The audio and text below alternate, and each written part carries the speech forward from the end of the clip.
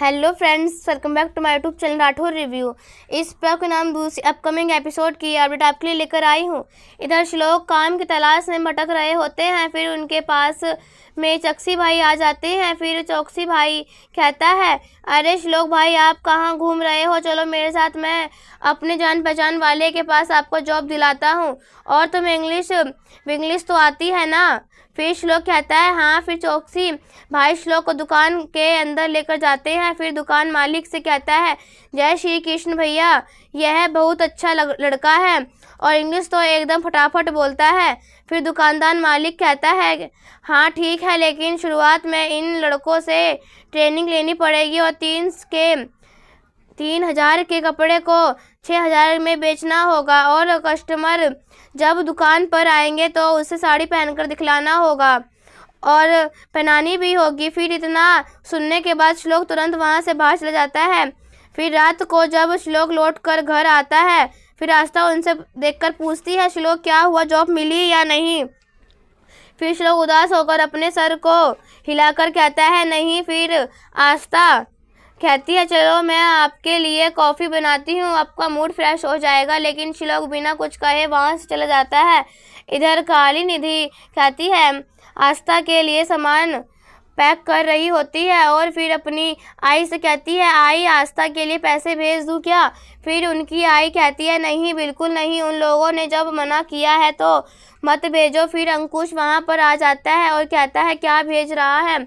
मेरी प्यारी बहन के लिए निधि। काली निधि, जरूर तेरी वजह से वह किसी न किसी मुसीबत में फंस गई होंगी ना।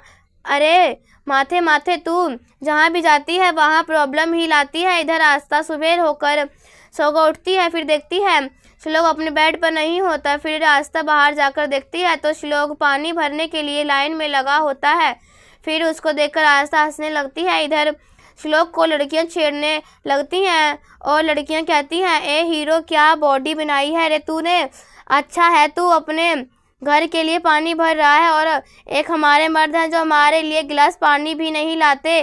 फिर अप्सरा कहती है, वैसे तेरे को यहाँ आते ही है रहना चाहिए, कम से कम तुम्हें देखकर आंखें तो ठंडक तो मिलने लगती है। श्लोक उनको बातों का ध्यान नहीं देता और चुपचाप पानी भरकर वहाँ चले जाता है। इधर आस्था उनको देख रही होती है। फिर आस्था श्लोक को हाथ पकड़कर कहती है, अरे चिकने, आज अकेले पानी भरने आ गए इन हसीनाओं के बीच में। फिर श्लोक कहते हैं, तुम घोड़े बेचकर सो रही हो और हम में से किसी को पानी भरने के लिए जाना ही होता है, इसलिए मैं पानी भरने के लिए आया था। फिर आस्था कहती है, श्लोक, आप मुझे उठा देते, मैं पानी भरने आ जाती। और आज के दिन आप यह काम क्यों कर रहे हो? आज तो एकदम स्पेशल दिन है। इधर मैनेजर निरंजन को वृद्ध की सच्चाई बताने के बाद वृद्ध ऑफिस में आकर उसे मैनेजर को वहाँ से हटा देता है और चेन्नई ट्रांसफ़र कर देता है।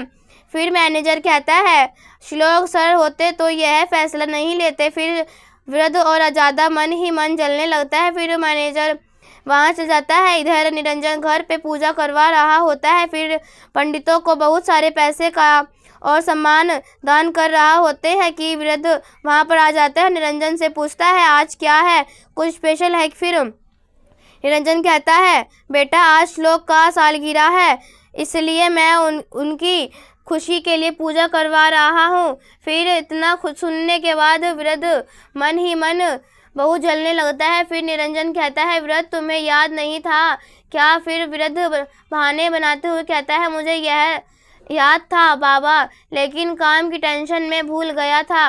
फिर निरंजन पंडितों को बहुत सारा पैसा बांट कर देता है और उनको देखते ही भरत मन ही मन बहुत गुस्सा हो रहा होता है। इधर आस्था बाल्टी का पानी बाथरूम में रखती है और श्लोक को बुलाने के लिए जाती है। फिर अप्सरा की आई जानबूझकर अंदर चली जाती है। फिर आस्था आकर उनको देखकर गुस्सा हो जाती है और कहती है, अरे मेरे पति नहाने के लिए अंदर जाने वाला था, लेकिन तुम लोग अंदर घुस गए। फिर अप्सरा कहती है, ओ अरे लड़की, इनसे बाद में अंदर नहाने जाऊंगी ना, समझी? अगर इतनी देर हो रही थी तो सुबह जल्दी क्यों नहीं उठा जा रहा था तेरे से? अब काहे को टिकटिका रही है? सालों से हम यहाँ पर रह रहे हैं तो हम ही पहले नहाएंगे। जाएंगे, तू समझी ना। फिर श्लोक कहता है, देखिए मुझे जॉब के लिए इंटरव्यू देने के लिए लेट हो रहा है, इसलिए मुझे जाने दो। फिर उसी टाइम चौकसी भाई आ जाते हैं श्लोक के रूम के लिए दरवाज़ा और पर्दा लेकर। फिर शांति बाई उसे देख लेती है और कहती है, अरे चौकसी भाई, तू यहाँ दरवाज़ा यहाँ लाया है ना, तो उनको मैं अपने हाथों से तोड़ कर देती हूँ। फिर चौकसी भाई कहता है, अरे कैसा मनुष्य है तू, तुम लोग एक किराएदार घर मालिक को धमका रहा है। अरे साहबा, यह दरवाज़ा तो मैं यहाँ पर लगा कर ही रहूँगा, अगर तुम लोग मुझे धमकी देने की कोशिश किया तो मैं पुलिस को बुलाऊँगा, फिर और पुलिस तुम लोगों को थोड़ी ना तबला फोड़ना पेटेगी करेगी। फिर मकान मालिक वहाँ से जाता है। इधर श्लोक फिर से नहाने के लिए बाथरूम में जाने लगता है। फिर फुड़जड़ी भागते हुए अंदर घुस जाती है और दरवाज़ा को लगा लेती है। फिर इधर अंकुश अपनी बीवी को एक्टिंग करने को कहता है। फिर अपनी बीवी चिल्लाकर कहती है, अरे जब से यहाँ पर आई हूँ तब से पार्लर नहीं गई हूँ, कुछ तो पैसे दो। फिर अंकुश भी चिल्ला कर कहता है, अरे कैसे पैसा मेरे पास नहीं है, जो जाओ उस कायल निधि से मांगो, वही बैठी है मेरी जायदाद में कब्जा करके। फिर उनको कायल निधि सुन लेती है और बला को नीचे बुलाती है और बला तुरंत नीचे आती है। फिर कायल निधि बाला को 1000 रुपये देती है, लेकिन बाला कहती है, अरे इतने में तो सिर्फ पार्लर में बैठकर ऐसी का हवा ही खा सकती हूँ, माफ़ करना सासू माँ, आपका ज़माना तो गया, लेकिन अपने इतने पैसे में कुछ नहीं होता। फिर कायल निधि कहती है, लेकिन तुम्हें कितने पैसे चाहिए।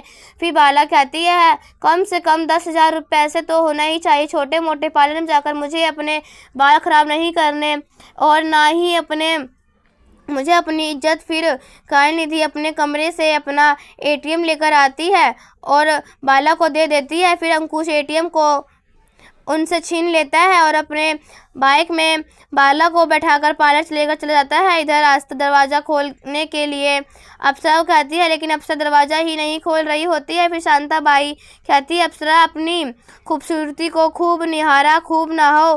फिर आस्था गुस्सा हो जाती है और कहती है, अब तुम लोग देखना, मैं यहीं हॉल में नहाऊंगी, तुम लोगों को जो करना है कर लेना। फिर आस्था मटके का पानी लेकर आती है और हॉल मिलाकर मटके का पानी अपने ऊपर डालने लगती है। फिर शांताबाई हैरान हो जाती है और आस्था को रोकने लगती है और कहती है, अरे पागल हो गई है क्या, यह क्या कर रही है। फिर उनको आवाज़ सुनकर अप्सरा दरवाज़ा खोलकर बाहर आ जाती है और कहती है, अरे पागल हो गया है क्या, तुम्हें बेशरम नहीं आती, इतने सारे लोगों के सामने यहाँ हॉल में ही नहाना चाहती हो।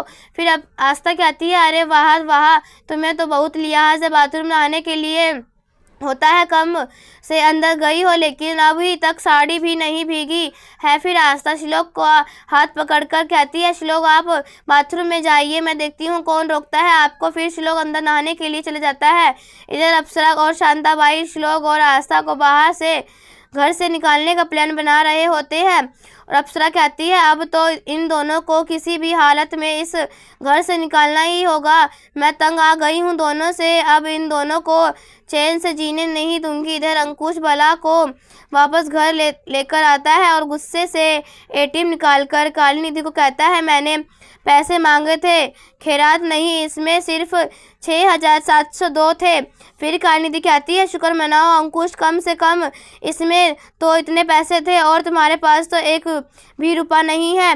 फिर अंकुश कहता है, अरे काली निधि बस करो, मेरा जायदाद मुझे दे दो। फिर इतना कहने के बाद अंकुश बाला को लेकर अपने कमरे में ऊपर चला जाता है। इधर श्लोक स्कूटर में बैठकर चाय पी रहा होता है। फिर आस्था उसके पास लेकिन उसके लिए टिफ़िन लेकर आती है और फिर श्लोक काम की तलाश में टिफ़िन को पकड़कर जाने लगता है। फिर आस्था कहती है, ऑल द बेस्ट श्लोक। यह एपिसोड यहीं पर ख़त्म हो जाता है। आगे एपिसोड में देखेंगे कि निरंजन मंदिर में पूजा करने के लिए गया होता है। फिर उसी टाइम अंजलि पीछे से आ जाती है और अंजलि हाथ जोड़कर कहती है, भगवान मेरे आस्था और श्लोक को मुसीबत से निकालना। और फिर उनकी आवाज़ निरंजन सुन लेता है और पीछे मुड़कर देखने लगता है। यहीं पर एपिसोड ख़त्म हो जाता है। ऐसे वीडियो देखने के लिए राठौर रिव्यू चैनल सब्सक्राइब करें एंड वीडियो को लाइक करें। तब तक के लिए बाय बाय।